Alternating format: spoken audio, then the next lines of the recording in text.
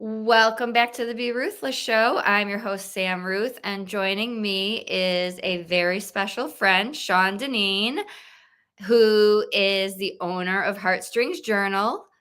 She is a very special soul, very loving. She's been on a unique journey and is joining me on her first podcast.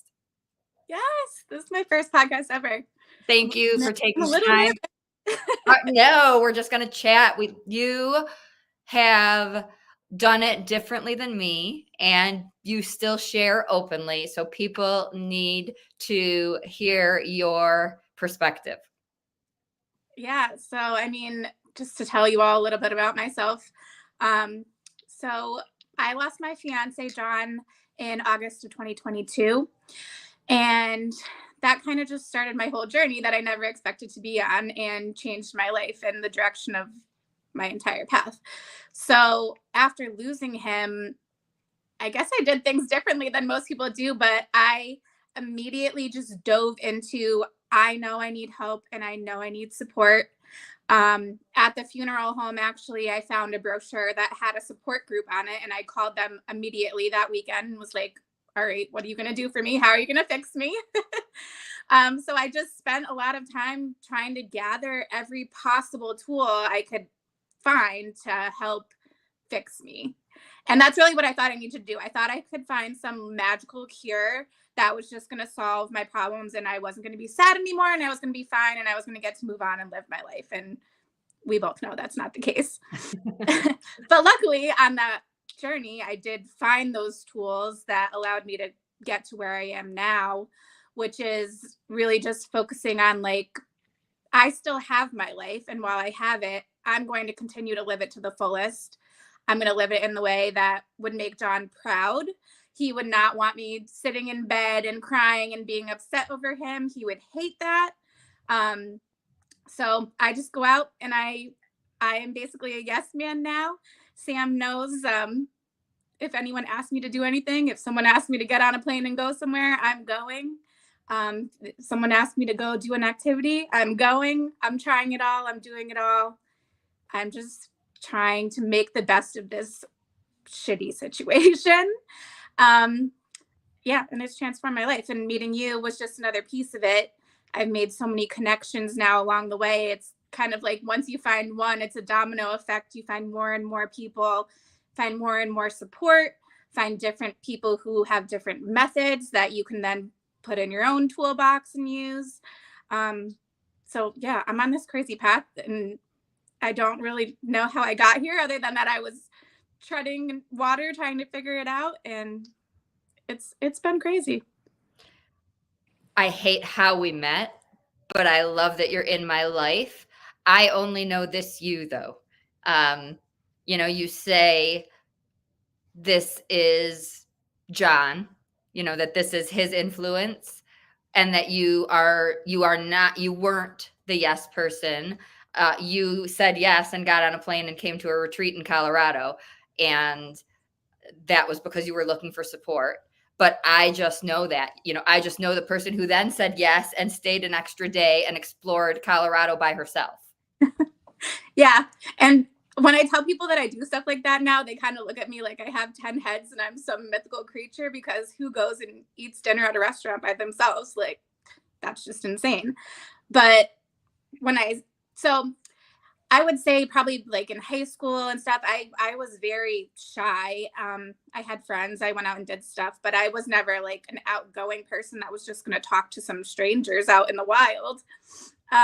But being with John, I used to call him a professional friend maker because he would just chat with anyone. We would be in line at the grocery store and he'd be chatting up whatever little old lady was in line with us.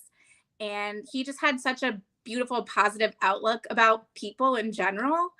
And just, he never judged anyone. I would be like a chronic complainer about everything. And he would always just be like, babe, what? They're just doing this or they're just doing that. And I would be like a little bit frustrated. Like, I just want to complain about this person, but he always had such a positive outlook about people. And so I try to take that and like mold that into my life now. And when I go get my coffee, I chat with the person at the register, or when I'm out. So I went out and took myself to dinner in Denver when I was out there. And by the end, all the people in this tiny little restaurant were talking to each other. And I feel like I definitely had an influence on that by sitting there by myself. Again, people think that's kind of a strange thing to do, but then they want to talk to you about it. So you end up making friends and connections that way too. But if high school me knew that I was doing that, I would probably pass out and die, because that was not something I would have done. But now I go to an in-person group in Connecticut, and I tell them all the time, I'm like, one of my favorite things to do is go find groups of strangers to hang out with. When I came to Denver, I stayed at a hostel for a night because I figured if I'm by myself, I might as well go where other people are by myself. And I sat at their little bar there and talked to a bunch of people, and you're never really alone unless you choose to be. So I've kind of tried to keep that mindset going and live that way. And I think it has a lot of, John had a lot of influence on it. Some people might say that I always had it and just never realized it. Either way, it's definitely changed my whole trajectory and how I approach things and live my life. And people might say, right, that's just us making ourselves feel good, keeping, how we keep them with us. And I'm okay with that. It's how I keep Jim with me. I completely believe it's him living on through you. Those of us at the retreat, our little family, you absolutely connected us in ways that still continue on. You don't judge. You still connect. You've connected me with people who are part of doing things with Griefhab. You have that. And so when you tell me stories, I'm like, I just always thought that was you. I thought you always did this. It's a surprise to me. And that's the interesting part of healing, that there are some pieces of me I might not get back. And there are these new pieces that people think have always been here. And they do shine through. And some people think we're okay all the time. They don't see the struggle. And you talk openly about losing John to an overdose. A lot of people hide that. And I love you for it, because it's the most stigmatized. Suicide is also, but when I did the event in December, I had the hardest time finding people to talk about overdose in the field. So what makes you so open? Why is it so easy and important for you to share like I do and to keep that out there? It's not easy at all, because there's a lot of different factors that go into when I do share things. And as much as it's my personal story to share, he has his family, he has his daughter, he has all these other people who are also impacted by what happened, and also by the information I put out there. And I try to be cautious about that. But at the same time, I want people to realize that addicts aren't just like that person out there by the side of the highway with a paper asking for money. And those people may be addicts, they may not.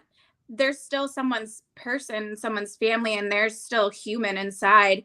And frankly, if you knew John, you would never know that that's what happened to him, because he was such a light and his presence was so huge. Every room that he walked into, he was like the star of the show. I have videos on my phone from a month or two before he passed away, dancing in our living room with our new puppy. So to have that be his end by no means should be his entire story. That's unfortunately what took him. And we spent a lot of time trying to get resources and get him healthy. And in that small amount of time that I did know it was happening and was going on, it was a downward spiral of me just trying to reach again for every resource and tool. And I'm pretty resourceful at doing that, but you can't get immediate help. It's really, really hard. We drove places that turned you away and sent you off with an 800 number. You call the 800 number and they'll call you back or leave a message. And it's just impossible, especially when you're flailing trying to save someone's life, because it could be a matter of he won't be here tomorrow if you don't help him today. And there's just not resources to help that. And like I said, you would never know that was his story if you knew him, because we had like a perfect looking life. He was a manager at his job. We just bought a house. We just got a puppy. We were getting married in September. And then he died in August. So it's just such an insane situation, and something I never had to deal with because I've never been an addict myself, and I've never really been around it. No one in my family close to me has had that struggle. But being around it and being so close to it and losing my favorite person to it changed my entire perspective. And I think it changed a lot of people's perspectives. Like, my mom all the time comments on how like she just understands it differently now, than she ever did, because in her mind, addicts were those people on the side of the highway, on the side of the road, or asking for money. And that's just not the case. And the drugs that are out there now are just so scary. And once they have you in their grips, there's no getting out of it. Like, people like to have this argument between is it a choice or is it a something that you can't decide? And really, like, that argument doesn't matter, because once you've done it that one time, you know the feeling now, and you can't control, like, the way I always say it, the way it has you in its grips. You can't get out of it. John was well aware. He told me, he sat on our couch and told me, this is going to kill me. And he couldn't fight it. He wanted to fight it. Again, we couldn't find the resources to fight it. Even if we had, maybe that would have bought some time, but you never know what their story is going to be. I mean, you hear stories of people every day. They were sober for 16 years and then relapsed and passed away. So it's just such a crazy, horrible thing. And we deal with it after the fact. So once someone's addicted, we want to send them to rehab and all this stuff, but we don't focus on how they got there and the mental struggles that brought them to want to use and to get into that place. And for men especially, I think the whole mental health component of it, that's what I believe drove him there, is that he had that whole man's mentality of, I don't go to the doctor, I don't get help for myself, we don't talk about feelings, all of this stuff. And I think a lot of men deal with that. And if you go into groups, if you go into our group, there's women, there's not many men, because men just, for whatever reason, either don't look for the resources or don't acknowledge that part of themselves. And it's all just hard. And there's so many components to it. It's like, which part do you try to fix first? And you are resourceful, right? There are some people who don't know what to do. Even if you didn't, I know you were doing everything you could. This is real. This is happening everywhere. I had this conversation yesterday, whether it is depression or addiction, waiting is a problem. And so if you are watching, listening, and you can't get a phone call back, please call me or 988 and let a professional take over for you, because doing it yourself is a full-time job and you don't have the resources and you don't know what to do, and we can get there faster and quicker. And I had a client in Denver struggling, saying, help, I want more help. And I went to meet him at the hospital. He went to the hospital and they said, we can't help you. Your therapist can do a better job. And I mean, he was waiting for me in the parking lot. Like, I don't understand. They're not willing to do anything. You know, this is the world we live in. And if you don't have someone like me who says, I don't accept no for an answer, give me the person above you. We listen to what we're told. And you go home and you think that you have to wait for the return phone call. So please hand it off to someone in the field who will do the work for you, so that you don't wait and lose someone. It's real, and time can't pass. It's happening in every city and state everywhere. And it is someone who is sitting next to you looking healthy and fine and struggling. And there are men's groups.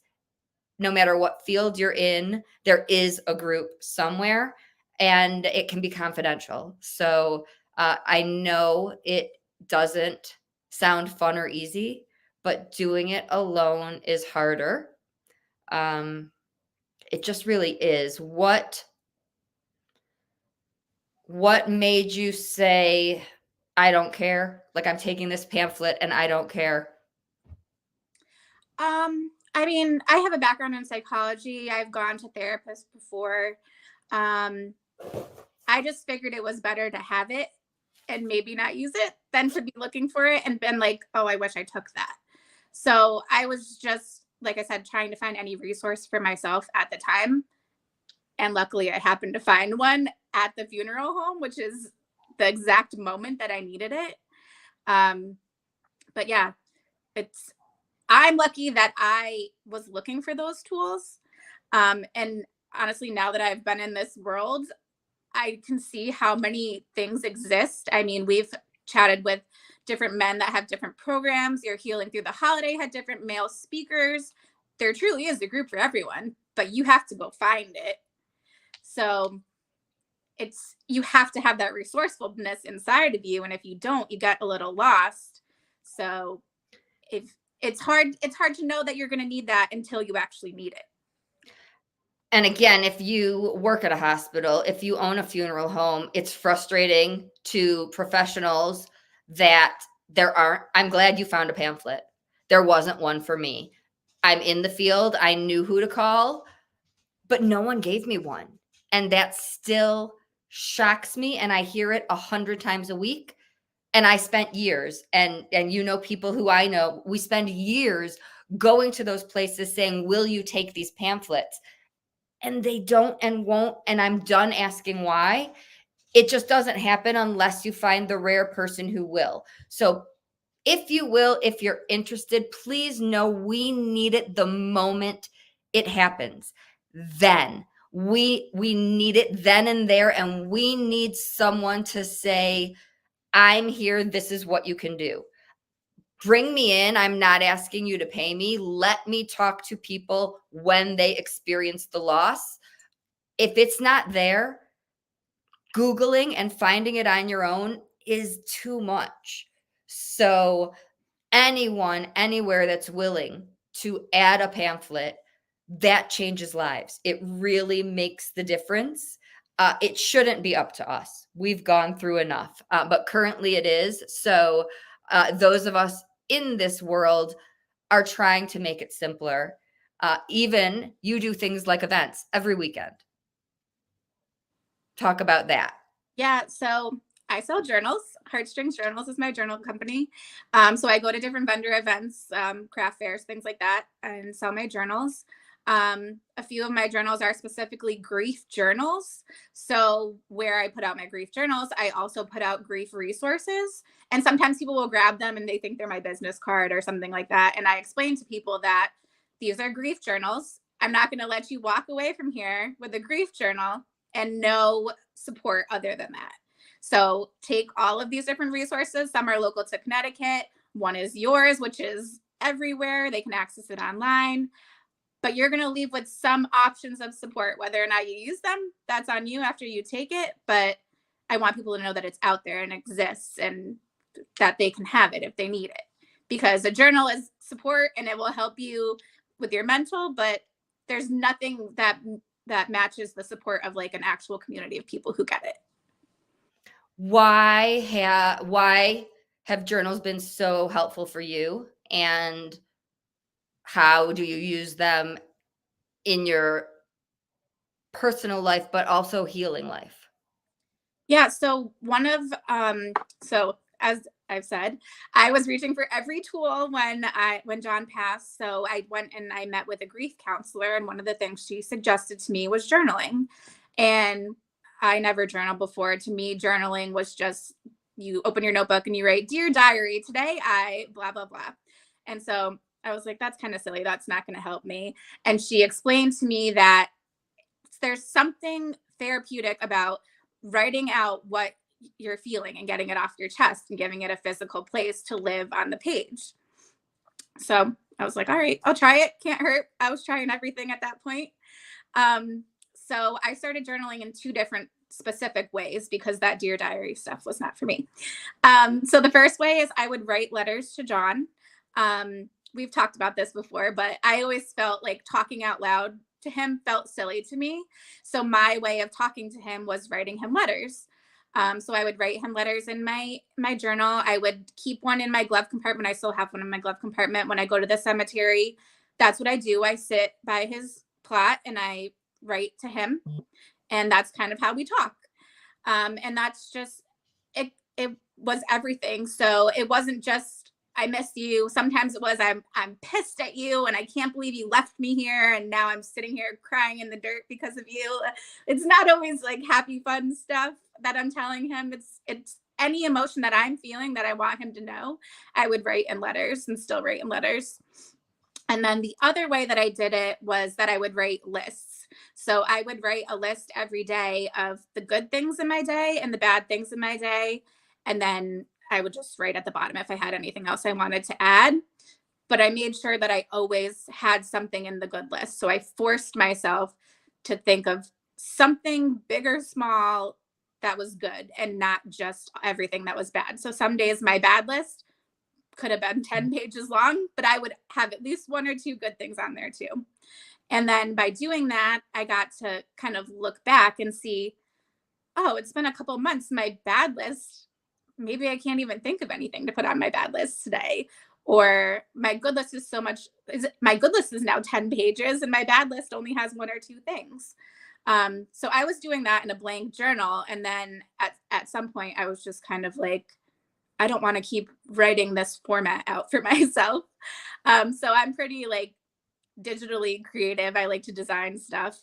And so I designed my own journal in that format. And I actually dug it out for you out of out of all my junk so I could show you. And it's huge. It's massive. So I designed it in that, I don't know if you can see this. I designed it in that way so that I had the columns set up for me there with the good and the bad and then other thoughts. And people liked it and were like, oh, are you going to sell those? Can I have one of those? And I didn't think it was going to turn into anything. I thought it was just going to be my one journal that I used and it was for me. And now I have probably over 40 different cover designs with the same inside. And that's what I sell at my vendor events. And when you came to the retreat, I said, can we use them? Can you bring them for everyone here? Everyone loved them. They're heartfelt, heartstrings. You're creative. You have that genetic thing. In many ways, you started doing graphics for me. It's just your thing. So it doesn't surprise me that whoever saw it said, can I have one? It helps you stay connected. I write letters to Jim. So I love that you're talking about different ways people can do it. I thought you had to meditate a certain way. So I didn't do it for a long, long time because I couldn't do it the way I thought it had to be done. So anyone listening right now might be thinking, oh, I can try a new way, right? We can do what works for us. And you made your own way. Are all of the journals this format?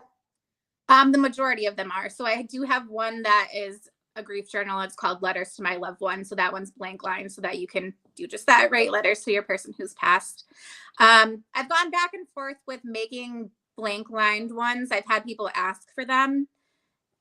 I feel like it kind of defeats the purpose because my whole point is that inside setup that is just very easy and simple for anyone to do, that you can sit down at the end of the day, get some stuff off your chest and move on. You don't have to think about anything. But I have thought about just doing blank ones. So we'll see. Maybe they'll be coming soon. I told you I have clients do a different system, right? Because I agree we have positive and negative things, But my clients, I'll have homework where we go back and look. And sometimes if I want them looking for positive things, I don't want them seeing the negative, right? It can send us on a different thought process. So you made something for me. Yes. So you told me that exact story, that we can't always have anything bad to focus on. Some people need to just not have that part at all. So of course, I'm like, light bulb, we'll make Sam a journal in her own way. So coming soon, we will have the Griefhab journal, and that's going to have a bunch of different sections. It's set up differently than my other journals are. There's that same similar section where you can write down your good parts of your day. There's a little mood tracker on it. Sam really likes to get into that like childhood creativity kind of thing. So there's just a blank section for creativity where you can like scribble your doodles and just sit there and aimlessly draw stuff if you want. There's a little section for gratitude, so we can, again, focus on the positive, what we're grateful for, what we're thankful for. And then there's just the blank spot where you can write whatever else you need to get off your mind. And that is hard. That is hard in the early deep stages of grief. And that can be hard the holidays, anniversaries, certain times. I love that you make yourself. I make myself. It could be, I'm grateful I have my dogs, right? It could be something that we really have to grasp for. But the point of doing it is that there are still things, even though we've gone through this horrible thing and we've lost the most important thing to us. If we force ourselves, there are still things in this world that we have. And if we retrain ourselves to think that way, the more we look for, the more we find. And then it is easier to have 10 pages. Yeah. And I don't know where I heard this, but somewhere along the way in my life, I heard someone say, like, we all just go on and we think our brain's controlling everything that we're doing and we're feeling. But we get to have control over what we're thinking and what we're doing. We get to control our brain. So take that power back for yourself. And it might feel silly or it might feel wrong, but I'm a big fake it till you make it kind of person. So I'm going to pretend to be happy and I'm going to pretend to be outgoing. And then eventually I'm just going to be that because I did it for so long. I told my brain, this, all right, let's go. This is what we're doing, instead of letting it take me and keep me stuck in my bed. And it's worked out well for me so far. So that's my little lesson to you, is just keep telling yourself. It's the same thing with affirmations. You're big into affirmations, and it's the same kind of mindset. Like, we're just going to keep telling ourselves until we convince ourselves, and then it eventually becomes true. And I said it to you months ago. This journal thing is going to go somewhere. This is going to be something. And you're like, no, this is just, I love doing it, but I love my job. I think this journal thing is going somewhere. You are coming to events I'm having with your journal. So they'll not only be there for people to purchase and see, you will also be leading. I don't know if you've named them yet. You will be helping people who might think like you thought, I don't want to do this Dear Diary thing. Yep. Yeah. So exactly that. It doesn't have to just be Dear Diary. There's a million ways to do it. If you follow my Instagram, it's Heartstrings Journals. I also post journal prompts on there because sometimes you just need a starting point. Sometimes you can just put your pen to the paper and not stop writing for 5 minutes, set a timer. You don't know what to write? You have to write that down. Like, you have to keep writing for 5 minutes until a timer goes off. So there's so many different ways to go about journaling, but all of it gives you this release. And like I said, that always sounded silly to me, but it's true. And there's a reason why almost every person at Healing Through the Holidays talked about journaling. There's a reason why all of these psychologists and psychiatrists suggest journaling, because it works. And it really does. It's kind of like when you're so full at Thanksgiving and you have to unbutton your pants to have that relief. Like, that's what journaling is. So you get it all off your chest onto the page, and you get a little space to breathe again. So you'll be there if somebody wants to listen to a talk, maybe they get emotional, they can come sit with you, do some writing. Other people can just come and say, maybe I am completely against this, or I don't believe this, like I did with meditation. I started trying it as a tool, like I was reaching for anything. What can it hurt? I didn't think it was going to do anything for me. And now I won't go a day without it. That can be why someone tries. When we go through loss and trauma, you really will try anything not to hurt. So that can be why someone can sit down with you. You don't have to believe it will work. And it might. But you don't have to know what to do. You have the prompts, but you can sit down with Shawn. One of the things I learned through my event was that in this world of stigmas and judgment and people who avoid talking about grief because it's uncomfortable, some people attended the event virtually because they were nervous to come. They thought, what if I cry?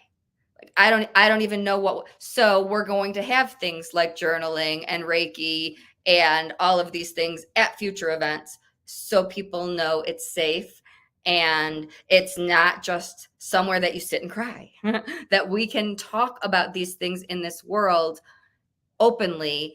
And if we get emotional, it's okay. We'll get through it together. We have to start doing these things in order for people to know that we can talk about these things. We're some of the few. Yeah, and same thing with journaling. I think people put these rules about it on themselves. I've had people come up to me at my events and say, "Oh, I used to journal, but like I couldn't do it every day." And you don't have to do it every day. I don't do it every day. It's something you can use as a tool. So on those days you do get overwhelmed, you can pull out your journal and implement those tools. It's not a test. It's not a game of how many days in a row can you journal. It's just a tool for you to use and support yourself with. So it doesn't have to be this heavy thing that you're putting as a project for yourself. It's to help. It's not to cause any more stress or pressure. Where can people find them and you? So my sales are under construction at the moment, but if you message me, I can get you pretty much any of them. You can find me on Instagram, Heartstrings Journals. Yeah. And I have a link tree in there. So all my other links are there. So if you start with Instagram, you'll be able to find anything else. What if somebody is just connecting with how open you're being and they have lived with somebody dealing with addiction or gone through this and they want to connect just to talk? Yeah, absolutely. Anyone can message me anytime. My business pages are on Instagram and Facebook. You can feel free to message me anywhere through there. I'm happy. I can't always help. I can't always provide a solution, but I can usually point you in the direction of someone who can. So yeah, feel free to send me a message. Am I forgetting anything? I don't think so. Oh, I have to tell you. So I didn't come on here to promote Sam's retreat, but the retreat was one of the most incredible things that I have done on this entire journey. And for me, the reason is because when I usually go into groups, it's talking about my story and reliving what happened to John and what happened to our relationship and what happened to him. And it's very much focusing on his death and the death. Going on Ruthless in the Rockies was like just about me and healing myself and how to make myself able to continue on without him here, but still have him with me. And it was just an entirely different perspective where I got to focus on truly healing myself without just constantly rehashing the story of the week that he died or whatever it may be. So if you're not sure about going on the retreat, just pull the trigger and go. I love that you just said that, because it's also today, I want to say it correct, it's World Sound Healing Day. So Shalini, we love you. I don't have words for experiencing her work. No, Shalini is one of the most incredible people that I've ever met. And I'm so lucky that I got to meet her on the retreat. Like, there's just something about being in her presence that's just calming, and it's like being around a hug of a person. Like, she's just so magical, and her sound healing is incredible. We do the angel healing, and oh my gosh, I can't remember what it's called that she does. Angel energy healing. Yeah.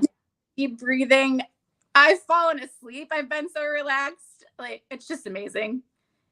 Yeah. So join one of our groups. Those are the bonuses. So if you do sign up for the retreat, there's a yeah, I've met Shalini. The gifts that you get at your door are the journal, and you get to join the energy healing groups with Shalini. So yeah, there's not words. Shalini, if you're listening, we love you. So thank you for saying that. We try to make it about you. Obviously, we want to know if you've been through a loss, what that is, but healing is about us and moving through our pain. So I love that you mentioned it that way. And I'm so glad you are a yes person and you flew across the country to be with us. You've changed my life. And I love that you're a part of Griefhab, and I'm never letting your hug go. So thanks for taking time out of your day, out of your work. Jen's here. Any words, last words for everyone listening? Just stop being your own biggest barrier. You get to decide what you want your life to be and how you want to do it. So just do it in whatever way brings you joy. Thank you so much. Check out Shawn on social. Definitely get a journal. And until next time, always be ruthless.